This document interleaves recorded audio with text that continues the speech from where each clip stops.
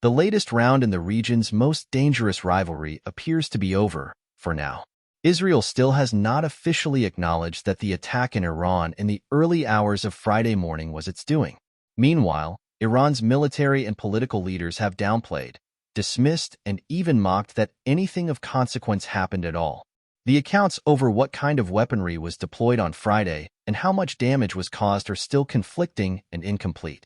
American officials speak of a missile strike, but Iranian officials say the attacks, in the central province of Isfahan and in northwest Tabriz, were caused by small exploding drones.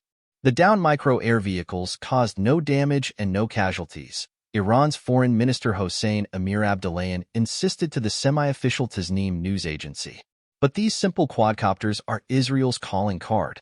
It has deployed them time and again in its years of covert operations inside Iran.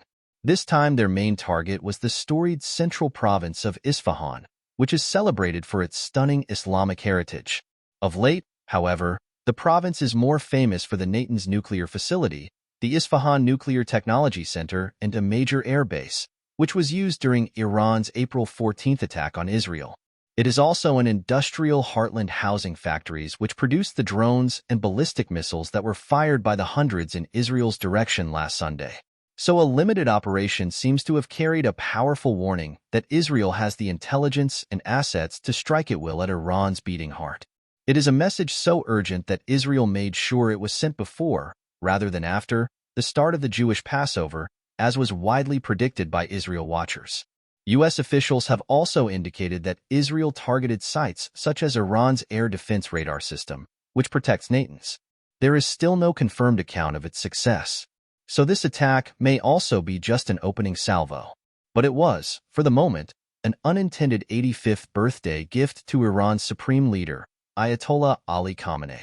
Israel's official silence gave Iran's ultimate decision-maker vital political space. Tehran did not have to invoke its new rule that whenever its archenemy strikes, Iran will hit back hard, with the risk of sparking a perilous escalatory spiral. Iran is also basking in what it sees as its new projection of power. Hardline President Ebrahim Raisi did not even mention these most recent events in his Friday speeches. For the Islamic Republic, it is all about what it dubs Operation True Promise, its unprecedented onslaught against Israel in the dead of night last Sunday. He hailed what he called his country's steely will. Iran has prided itself for years on its strategic patience, its policy of playing a long game rather than retaliating immediately and directly to any provocations. Now, it is invoking strategic deterrence. This new doctrine was triggered by the April 1st attack on its diplomatic compound in Damascus, which destroyed its consular annex and killed 7 Revolutionary Guards, including its most senior commander in the region. Iran's supreme leader was under mounting pressure to draw a line as Israel ramped up its targets during the last 6 months of the grievous Gaza war. No longer just striking Tehran's assets, including arms caches, buildings, bases, and supply routes on battlegrounds like Syria and Lebanon, Israel was also assassinating top-ranking officials. A decades-long hostility, which had previously played out in shadow wars and covert operations, erupted in open confrontation. Whatever the specifics of this latest tit for tat, there is a more fundamental priority for both sides. Deterrence, a more solid certainty that strikes on its own soil will not happen again.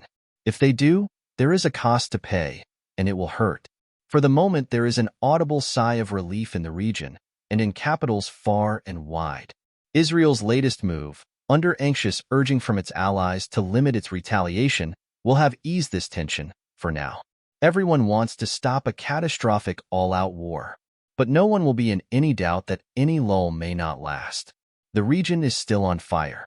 The Gaza war grinds on, causing a staggering number of Palestinian casualties. Under pressure from its staunchest allies, Israel has facilitated the delivery of greater quantities of desperately needed aid, but the blighted territory still teeters on the brink of famine.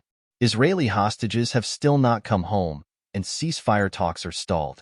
Israel still warns of battles to come in Hamas's last stronghold in Rafah. What aid chiefs and world leaders say would be yet another untold humanitarian disaster. Iran's network of proxies across the region, what it calls an axis of resistance, stretching from Hezbollah strongholds in Lebanon through Iran-aligned militias in Iraq and Syria, to the Houthis of Yemen, are at the ready, still attacking daily. In the last few weeks, simultaneously everything and nothing has changed in the region's darkest, most dangerous days.